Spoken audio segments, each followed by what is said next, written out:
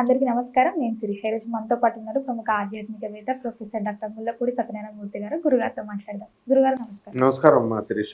గురుగారు, ఈ డిసెంబర్ మాసంలో మేషరాశి వారికి ఎలా ఉండబోతుందంటారు? ముఖ్యంగా మేషరాశి వాళ్ళు ఏలినాటి శని ప్రభావం ఉందంటున్నారు.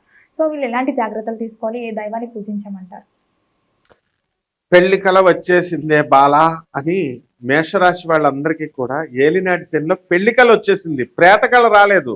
ఏలినాటి శని అనగానే ప్రతి ఒక్కడు భయపడిపోతాడు, బాబోయ్ ప్రేత కళ వచ్చేసిందా, మమ్మల్ని చంపేస్తుందా, మమ్మల్ని ఇచ్చేస్తా అని. ఏలినాటి శనికి కొన్ని నియమాలు ఉన్నాయి. ఎప్పుడూ కూడా వేధించడమే కాదు, వీళ్ళకందరికీ పెళ్లిళ్ళు కానటువంటి మేషరాశి వాళ్ళందరికీ పెళ్లిళ్ళు చేసేస్తుంది. ఒక 50 సంవత్సరాలు ఈ అమ్మాయితోనే ఉండరా, పెళ్లి చేసుకుని వేరే అమ్మాయిని చూడకరా స్టూపిడ్ ఫెలో అని చెప్పి వివాహం చేస్తాడు శనీశ్వరుడు. కారణం ఏంటి? బంధకారకుడు ఆయన, బంధ విముక్తుడు ఆయనే, బంధకారకుడు ఆయనే, కర్మకారకుడు ఆయనే, కర్మ విముక్తి చేసేవాడు ఆయన, న్యాయ దేవత. కాబట్టి చూస్తాడు, అబ్జర్వ్ చేస్తున్నాడు. ఎవడు పెళ్లి కావట్లేదని వాళ్ళ నాన్న. ఇప్పుడు కాలం ఎలా మారిపోయింది. ఇప్పుడు కూడా కొడుకులు కూతుర్లు పెళ్లిళ్ళకి వచ్చి పెళ్లిళ్ళు పెద్దవాళ్ళు అయితే చాలా ఫ్యామిలీస్ ఉన్నాయి. అలాగా వాళ్ళ పెళ్లిళ్ళ గురించి అడగకుండా వాడి రొమాన్స్ గురించి, వాడి పెళ్లిళ్ళ గురించి, వాడి ప్రేయస్సుల గురించి ఆలోచించేటటువంటి తల్లిదండ్రులు కూడా ఉన్నారు. That is the pity. అంటే ఇది అలాంటిది. మరి అరే వీడికి ఇంకా పెళ్లి చేసే వయసు వచ్చింది, వీడికి పెళ్లి చేసే శనీశ్వరుడు చేసేస్తాడు అనమాట. ఇల్లు లేనటువంటి వాళ్ళకి ఇల్లు కట్టించేస్తాడు. ఒక 50 సంవత్సరాలు ఇంట్లో పడరా ముందు. పిల్లలు లేనటువంటి వాళ్ళకి పిల్లలు లేరండి బాధపడతా ఉంటారు. పిల్లలు పుట్టిన తర్వాత తెలుస్తుంది అనమాట అందరికీ. ఏంటి ఎందుకు పిల్లలు లేని వాళ్ళు ఎంత హ్యాపీగా ఉన్నారండి. వీళ్ళు కరెక్ట్గా వీళ్ళ సరదా తీర్చేస్తారు వాళ్ళు. కాబట్టి పిల్లలు లేనటువంటి వాళ్ళకి పిల్లల్ని ఇచ్చేస్తారు. పిల్లల్ని ఇచ్చేసి ఎస్ వీళ్ళతో పాటు ఉండు, వీళ్ళని చదివించు, పెంచు, పెద్ద చేయ, రోజు స్కూళ్ళకి దింపు, ఇది పెద్ద డ్యూటీ వేసేస్తారు. సో ఈ విధంగా 3 లాభాలు ఈ మేషరాశి వారికి ఉన్నాయి. ఇంకేం కావాలమ్మా? ఇకపోతే ఆదాయాలు, డబ్బు పుష్కలంగా వస్తుంది. గత నెల కంటే ఈ నెలలో ఎక్కువగా వస్తుంది. కాబట్టి నాకు 10 సంవత్సరాల నుంచి డబ్బులు రావట్లేదండి, ఉద్యోగం లేదండి అనేవాళ్ళు పాపం ఉంటారు ప్రశ్నలు. అరే నాయన దండం పెడతా మీకు, మీరు వెళ్ళి పని చేయండి, ఏదో ఒక చోట పని చేస్తే వస్తుంది. వీళ్ళు ఏమనుకుంటారంటే పని చేయకుండా మనకు డబ్బులు రావాలా. ఒకడు ఇప్పుడు ఏమంటాడంటే, నేను ఒక పని చేస్తే గురుగారు నాకు 30 కోట్ల 40 కోట్ల వచ్చేది ఉందండి, అది ఇది అయిపోతే అప్పుడు నేను మీకు ఫీజు ఇస్తానండి, మొత్తం ఎంత కావాల్సి అంత ఇచ్చేస్తాను, 1 లక్ష 5 లక్షల వరే. అరే నాయన నీ ఫీజు అక్కర్లేదు, ఏమక్కర్లేదురా నాయన, నువ్వు మంచిగుండు అని చెప్తాం. అంటే ఆ భ్రమల నుంచి బయటకు రండి అంటాం. ఆ భ్రమల్లో ఉంటారు మేషరాశి వారు. ఏం నడిచిన సమయంలో రాహు భ్రమల్లో పెడుతుంటే ఈ యొక్క శని ప్రాక్టికల్గా మారుస్తూ ఉంటాడు అనమాట వీళ్ళని. ఇక ఎంటర్టైన్మెంట్స్ మేషరాశి వాళ్ళు చాలా తక్కువ అనమాట.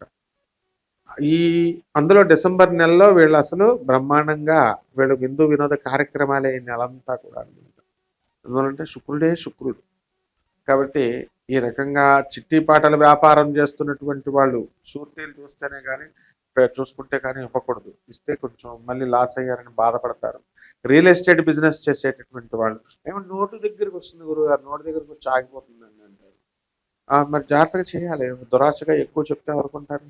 అలాగే బిల్డర్లు ఏమండి, మేము అప్పులు చేసి చాలా అప్పులు చేసామండి, మేము కోట్ల రూపాయల అప్పులు 10 రూపాయలు వడ్డీకి తెచ్చేవండి, కానీ మాకు అవ్వట్లేదండి అని బాధపడేటటువంటి వాళ్ళకు కూడా వాళ్ళకి అమ్ముడు అవుతాయి అన్నమాట.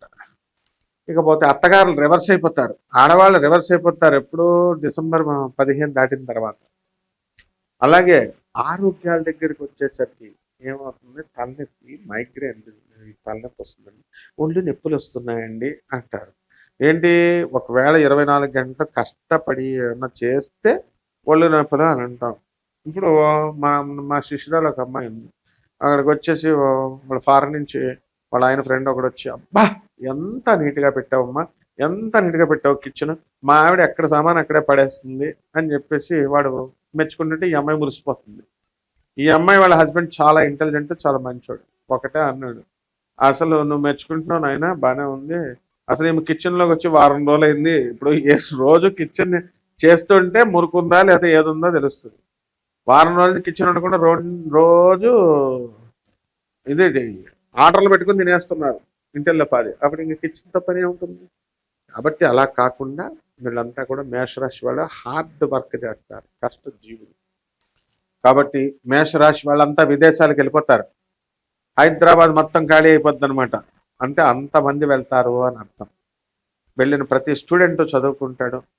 బట్ ఇంకా ఎక్కువ హార్డ్ వర్క్ చేయాల్సినటువంటి అవసరం ఉంది. ఇప్పుడున్నటువంటి యువత కేవలం చదువు మీద దృష్టి పెట్టకుండా వీళ్ళు కొంతమంది ఎంటర్టైన్మెంట్ ప్రోగ్రామ్స్ అని, వీడియోలని, కాస్త వయసు వస్తే వీళ్ళంతా ప్రేమ వ్యవహారాల్లో ఇరుక్కుపోతున్నారు. ఇది చాలా మంచిది కాదు. కాబట్టి వీళ్ళకి ఒక కెరీర్ అనేటటువంటిదే మెయిన్. ఎవరు ఎన్ని చెప్పినా సరే, ఫ్యామిలీ లైఫ్ లేకపోయినా సరే, కెరీర్ ఉంటే కనీసం ఫుడ్ వస్తుంది.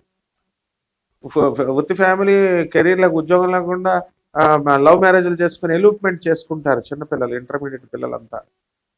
ఆ వయసులో ఉన్న పిల్లలు లేచి వెళ్ళిపోతారు. వాళ్ళు లేచి వెళ్ళిపోయినప్పుడు వాడికి పాల బిల్లు ఎవడ కడతాడు, ఫుడ్ బిల్లు ఎవడ కడతాడు, కరెంటు బిల్లు ఎవడ కడతాడు, ఇంటి అద్దె ఎవడ కడతాడు? ఓ 2 నెలలు 3 నెలలు వాడి దగ్గర ఉన్న డబ్బులతో మేనేజ్ చేసుకుంటారు ఇద్దరు. ఆ తర్వాత నుంచి వచ్చే కష్టాల నుంచి ప్రాబ్లమ్స్ వస్తాయి.